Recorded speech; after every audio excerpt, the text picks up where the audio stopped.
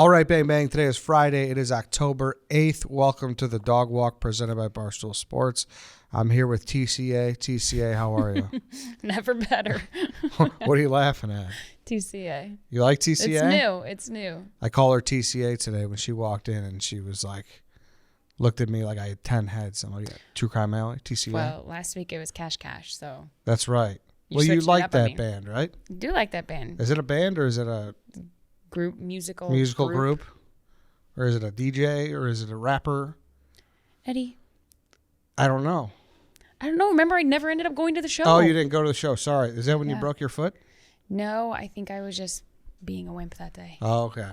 The Ray Valley didn't go We can out. say it. Yeah, that was when I broke my foot. Yeah. Obviously. Sure, we'll go with that one. But yeah, TCA is here. It's Friday. Of course she is. In the house. She's always here. Before we jump into it, though, it's Friday. You're getting ready. Probably thinking about your plans. You know you can't take another step further without going out and getting a nice case of the great tasting, less filling Miller Lite. Okay? Big weekend. I mean, college football obviously across the board on Saturday. Even start today, all right? A lot of high school football tonight. Be responsible. I don't know if I'm talking to the adults, obviously, if they're going to watch the kids in the parking lots. And I don't know if they allow that in school parking lots for the parents, but if you want to enjoy a couple ice-cold Miller Lights, do so responsibly. It's fall activities means enjoying some of that. Same thing Sunday. Sunday's huge. It's going to be the White Sox playoff game and the Bears play the Raiders. So make sure you have Miller Lite with you because it's always dependable, and you need to be dependable in the fall, especially. All right? So Miller Lite, excuse me. Sometimes Miller Lite like tongue twists me. Miller Lite. Yeah, I don't know. Like I stumble over it all the time. I don't know why.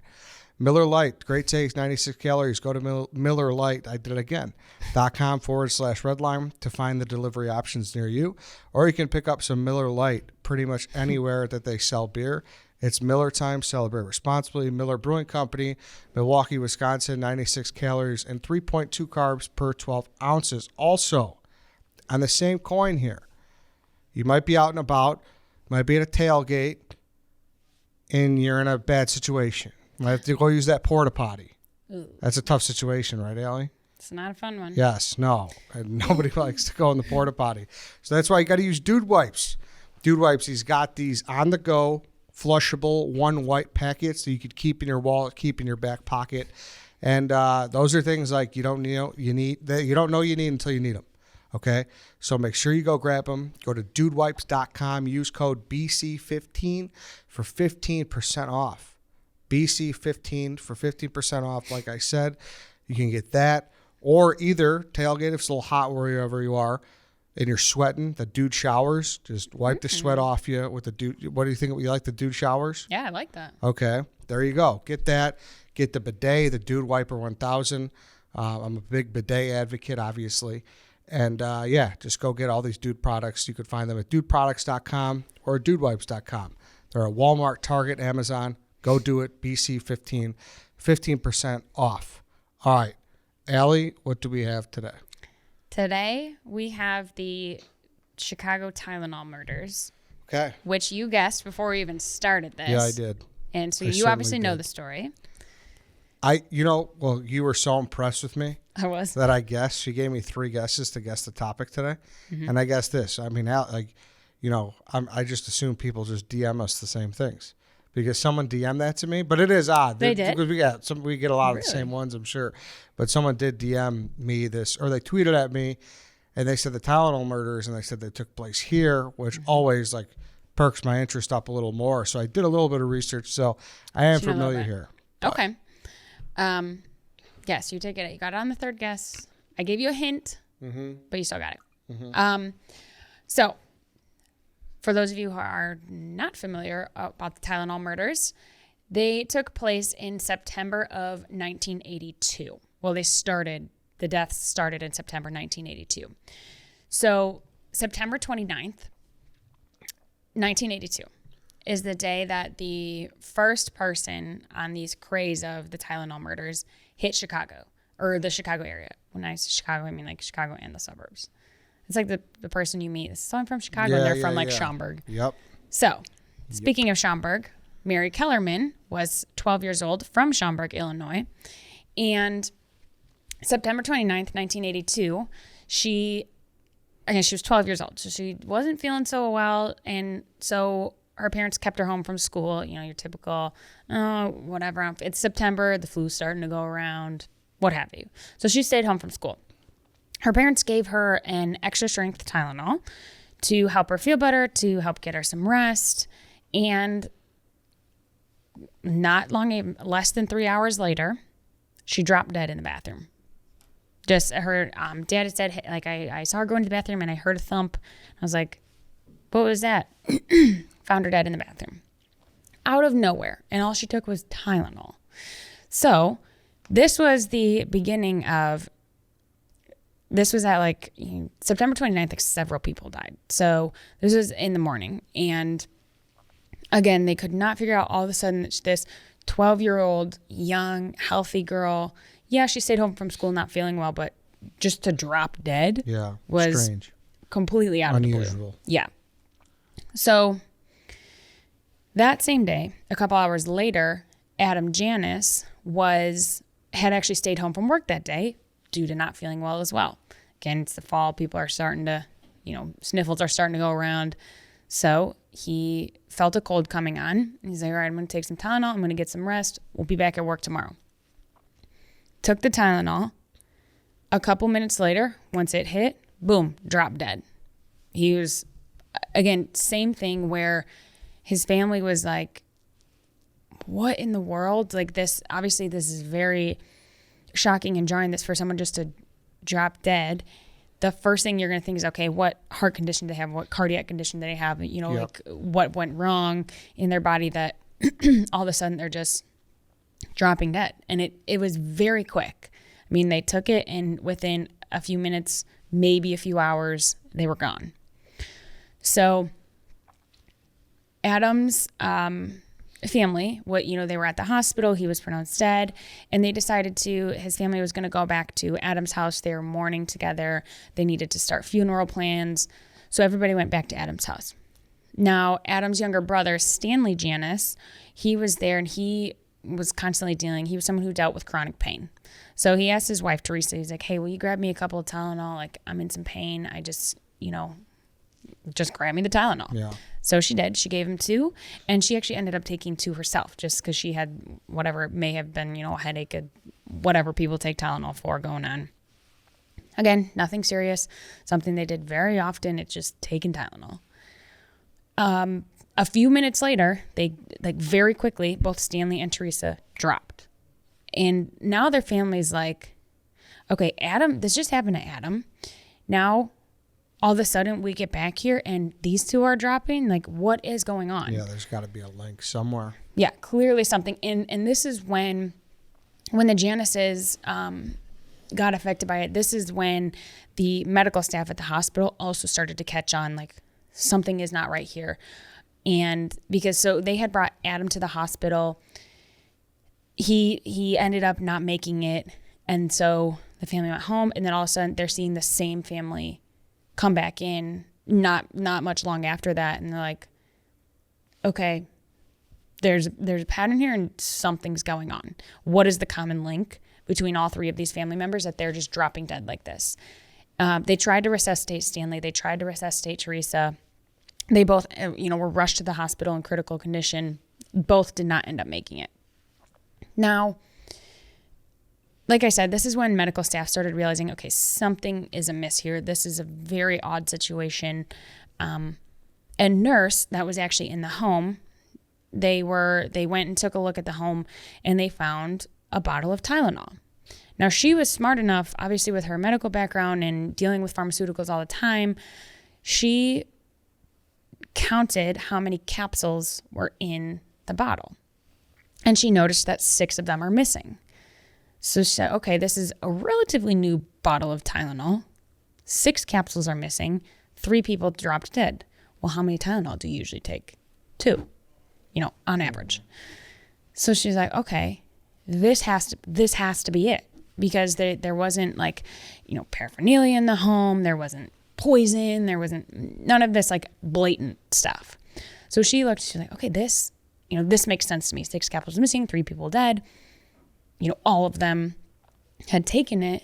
So she was like, this is the link. People did not believe her at first. They're like, it's Tylenol. Yeah. This is, what are you talking about? And she was like, no, I think, but she kept on it. She was like, no, I think it's the Tylenol. People were very, very reluctant to her though. And keep in mind, so at this time, again, we're in 1982. There was no regulations for sealing, drugs, for using, any of those regulations on protecting drugs from production to being sold to going into the home, of like the safety precautions or the health precautions. Like that was not a thing at this time. Mm-hmm. So that seal you have to peel off every bottle, or the cotton that's stuck in the bottle, like that wasn't a thing yet. It was actually because of these murders that those became a thing. They started to look and say, okay, we cannot just, freely dish out. Yeah, you got to use this as like a non-perishable type deal. Right. Like where they put the sticker on the orange juice. And it's like, hey, if it's open, don't drink this shit. You don't know what someone poured in there. Yeah. And especially because it fell back obviously on Tylenol, and Johnson & Johnson owns Tylenol. So it fell back on them when they're like, in the production stage, they're very regimented and very careful, obviously, because you're producing medicine. You have to be super, super like down to a T with how you produce that. But then you just ship it off into the store, and, once it's out of their hands, they don't know what happens to it. So that's why these were set in after these murders. All the regulations and the seals and all that stuff went on medicine. Now, so that same day, later that afternoon, Mary Lynn Reiner, who was 27 years old, again, took some Tylenol. She actually had recently given birth to her 4th child. She was in some pain, and she gave birth about a week ago, so the baby was a week old. She's like, I'm still in some pain. Let me take some Tylenol. Again, harmless. Soon after, again, same thing. She collapses, and she's dead on the spot. So now we've got, that's the 5th person. And again, most people were thinking, like, it was weird. A couple of weird things going on. One, these were all in the Chicago area, Chicago and surrounding area, to where like this was not happening or being reported in any other parts of the country. Obviously, Tylenol is sold nationwide. So, and I think this is why, one, because Tylenol is relatively harmless, right? It's a very common household medicine that you have. And two, being that this was all in the Chicago area, Tylenol was, I think that was why people were so reluctant on the fact that, or the idea that like this could be coming from just this, harmless acetaminophen kind of thing. So investigators did end up taking the bottle of Tylenol from the Janus home though, because that nurse was so adamant, like, I think this is it. So they ended up taking it, and the investigator, he had the bottle and he went to dump it out to get a better look at things, and everything looked completely normal. There was no blatant evidence of tampering. There was no discoloration. There was no, the cap was open and had been somehow put back together. Nothing. Everything looked completely fine. Mm-hmm. But as he was dumping out the bottle, he was quickly hit with a really strong smell of almonds. Do you know what that means? I didn't know that this was an effect of this, but so I guess no. I don't know what it means. The smell of almond? What? There is a poison that only half of people like on Earth just can smell. You know how like they say like, oh, some people think cilantro tastes like soap and some people think it tastes good? I don't think I ever knew that either. Okay. Harry, did you know that? You knew that? I've heard of that. Okay. Yeah. Really? Wait, half the people can't taste cilantro? No, they think some people like. They get soapy? Half the people thinks it tastes like soap.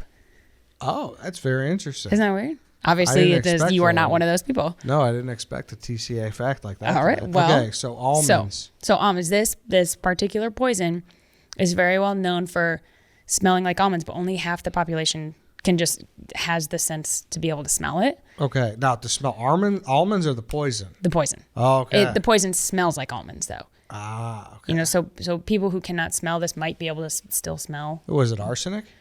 No. No? One more guess. Fuck, what's the other common one? I can't recall, I guess. Cyanide. Cyanide. Fuck, I knew that. I know you knew that. I know. Yes, of course. Yes. So, for anyone who is not aware, cyanide, obviously we all know, is an instant poison. It acts very quickly. And it smells like almonds. And it smells like almonds. Wow. To half of the population. Wow. You didn't know that? No. Really? I did not know that. That's a very, I don't want to say fun, very interesting fact. Yeah. So, if you're ever around any cyanide, yeah, you let me know like if you can smell it or not. Random waft of almonds. Yeah. Yeah. Watch out. If you can randomly smell almonds, you might be in trouble. Yeah, right. So cyanide, for anyone who's not aware, what it does is, obviously it's an immediate poison, but what it actually does is it blocks the utilization of oxygen by red blood cells. So I could be sitting in this room where there's plenty of oxygen, and it blocks the red blood cells from getting that oxygen. It immediately causes a person to like suffocate right then and there on their own, on nothing, without being, choked or strangled or anything. It also causes like immediate brain damage and cardiac arrest. So it basically just sends the body into complete havoc. Just shuts you down. Yeah. Absolutely overstimulates and then shuts down, and there's no turning back from that. Like, that's why you've heard of like all the little things like cyanide, like the fake tooth that like spies and stuff used to have way back in the day. They would have cyanide teeth? Yeah, like they would have a fake tooth. Yeah. And it was actually, there's a cyanide pill in it. And if they were, had gotten taken prisoner of war, or they gotten, kidnapped or whatever, instead of like giving up government secrets or whatever, they would just break the tooth, bite it down, dead. You knew that too? I saw it in a spy movie. I didn't know it actually existed. Yeah. That's awesome. Yeah, there used to be like pencil erasers that would have a cyanide pill in it. Like if you needed to go, it was essentially, the thought was like, instead of giving up these secrets, you're done. I get it. I just, TCA, I'm hitting you with the facts today. You're fucking blowing me away. I'm super knowledgeable about cyanide. Honest, yeah. Anyways, causes you to die right away. Mm-hmm. So that's what was in this Tylenol. So again, the weird part was when they did actually start catching on that it was the Tylenol that had been tampered with, they took a look at all the bottles of Tylenol from the different households of people who had dropped dead. And they noticed, or when they looked it up, all of these bottles had been manufactured at different factories. So these weren't all coming from one factory and like someone had tampered with them and they were just sent out. And again, it was weird that this was only happening in the Chicago area. So like, that made it very clear that due to the fact that they were manufactured all at different places, that it was not, they had been tampered with after production. Yeah, so it wasn't being done at the factory, more likely the grocery store or something? Yeah, whatever store they were being sold at. Now, this, although it was not being done at the production level, Johnson & Johnson, again, who owns Tylenol, still took a huge hit. It's got the brand's name on it, even if they produced it just fine. They took a huge hit. They immediately stopped production of it. They immediately put word out like, do not take this, get rid of it. They stopped advertising for it, the whole 9 yards. They were like, we're shutting down Tylenol. Mm-hmm. Now, again, it was discovered that someone had laced this Tylenol with potassium cyanide. And due to the fact that they had all been at different locations, again, this had to have been done at whatever store it was sold at, or stores it was sold at. Now, the hard part, again, was finding so now that they actually have this link, the hard part was finding the link. Luckily, that guy was able to smell almonds, or else they may have never, if that guy was half the population who couldn't smell it, then they would have never, been able to be like, whoa, something is. They would have been like, everything's good here. It looks normal. Yeah, smells fishy. So that was when, they've made this link. It was put out like, everybody, please stop taking Tylenol. Get rid of whatever you have. But again, this was still isolated to the Chicago area. So it's like, okay, at least we can isolate our problem here. And we know it's somebody in the Chicago area who's obviously got access or owns a pharmacy, that kind of thing. Because these people who were jobbing together, like, they didn't have links to each other. They were not connected in some way. So it wasn't somebody who had like a vendetta against these people. Yeah. Now, the police were like immediately struggling. This case, it went cold almost immediately. It's a very, kind of hard thing to track it down. Luckily, they were able to, go from this nationwide kind of hunt down to one area, and we know it's somewhere from a store that it was being produced. But that's really all they knew. They couldn't pinpoint somebody. Again, these people did not have links to each other. The police really struggled to find, really any good leads. There was one guy from New York who had written in multiple times to Johnson & Johnson saying, I'm the one who put the potassium cyanide in the Tylenol. It's me. I'm the guy that's doing it. And you have to pay me $1 million to stop. Obviously, this is someone who kind of like, really aggressively jumped on this bandwagon. Again, he's from New York. So they knew, okay, this is not. Yeah, it's probably nothing. This is kind of a like red herring. This guy's trying to extort us for money, which he was charged with extortion and ended up getting, I think it was like a 13-year prison sentence. Oh, did he? Yeah. Good. Because he, was trying to extort it, not for the murders, but after chasing down this lead, basically sent the police on this wild goose chase. The case went extremely, extremely cold. And again, it's extremely hard to track down a perpetrator like this. Several years after all of this had taken place, they, kind of did what they do with cold cases, like try to stir it up again, try to get it back in the media to be like, hey, this is, the whatever it may be, 7, 10, 15-year anniversary. Like somebody is still at large for this. So they tried that. They tried reaching out, to the media, to the public, to say, hey, if there are any other leads, please come forward with them. That did not bring them any viable answers either. To this day, it is still unsolved. It is still cold as ice. Really? Yeah. Oh, see, I thought. Oh, okay. Because I told you I looked into it. Oh, I thought it was solved.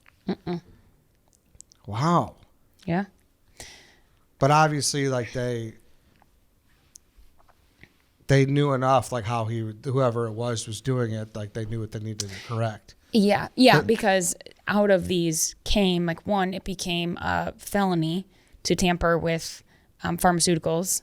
And there were, like I said, several precautionary laws and procedures put into place for medicine production, like sealing the bottle, putting whatever you have to put on the label, that kind of thing. Yeah. That came out of this to be like, hey, we know it's not production. So that somebody, once it leaves the hands of the producers, it cannot be tampered with, or you will know very easily if it has been tampered with. So at least that came out of this. But it is... I did see this, that they thought at one point it might have been the Unabomber. Yes. Yeah. I saw that as well, where it was just... Ted Kaczynski from Evergreen Park, I believe. Mm-hmm. Yeah, because there was one... No, not Evergreen Park. Yes, he was from Evergreen Park. I'm sorry, looking at one of the victims here, they were from Elk Grove. Sorry, I thought that... but his parents lived in Lombard, though. Which is not far. Yeah, they had a house in Lombard, so they thought maybe there could have been some overlap there. Some overlap there. There was, again, I mean, this is like a super tricky case to kind of, track somebody down. What are you going to go to every single pharmacy in Illinois? And at the same... I mean, don't get me wrong, it was was an earlier period. Like, this was the 80s. Yeah, they didn't have as much to go on. But, like, now you see, like, I don't know, I've seen a forensic files where they caught someone by, like, a plastic bag. Like a serial number on, like, a plastic bag from the grocery store or something. Yeah, where they look up, like, where was... or garbage bag it was. Like the Night Stalker, the shoe. The one shoe that had, like, been ended up made in... So you figure that there would be like a way, especially with a drug. You would think like the bottles would have some sort of something to be like, hey, they came from this store. Some type of serial number. Yeah. Unless they came from like all different stores, but so they'd be like, hey, whose hands did this pass through? Or could this have passed through? Yeah. Like try and link it that way. I don't know. I will say I don't know how much, like today in the present day, how much action it is getting. Like when the last time they tried to re-up it was. Yes, I agree with you where I feel like, I guess depending on how well they preserved things, that long ago in the 80s was, will depend on what they can track down. Yeah, and the other interesting thing was I don't know if we said this during the what they changed was the capsule. They went away from the capsule because you know how a lot of prescription meds you get now, and obviously they're counting it behind the counter with an actual pharmacist and a farm tech. Yes, I didn't realize back in the day Tylenol and all this over the counter shit was just capsules that you could open. You just open, boop, pop it. So now it's like a tablet. Yes, that they changed. It's like a solid. Yeah, it's like a lot harder. Caplet. Yeah. To mess with. Yes. You're right. You're absolutely right. I didn't.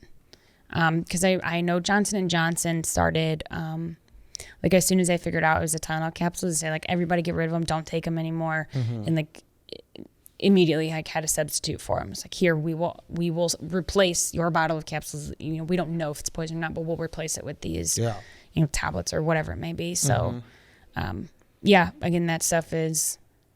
If it comes in a capsule, it has came from a pharmacist. To your hands from a pharmacist, for sure. For sure. But wow, still unsolved. Still at large. Yeah, not a whole like. Obviously, police always know more than we do, but yes, I would be very interested in for them to like take another look at this and test anything or track down. Like, there's always a serial number on something, you're saying. So. I wonder how well they preserved all that. Yeah, and honestly, listen, if I took anything out of this, look out for that almond smell. I didn't know. Yeah, holy shit. I can't believe you didn't know that. No, I did not. The almonds? Well, now you do. Now you know. You might be, I don't want to say fun fact alley, but fact alley. Just fact alley. Yeah. True fact alley. I guess so. If we could find out that actual spies were taking that cyanide pill and not just you watch the James Bond movie. No, I promise you they were. That's on the table as well. I went to the spy museum in D.C. Oh, really? And they had it there. Oh, look at you. Yeah. Allie went to a spy museum. Yeah. So Are we surprised? She knows all about it now. Just call me an expert. Yeah, exactly. All right, the Tylenol murders. Yeah. Thank you, Allie. Thank you, have everybody, for listening. That's it for today. That's it for this week. We'll be back on Monday. We'll see you then.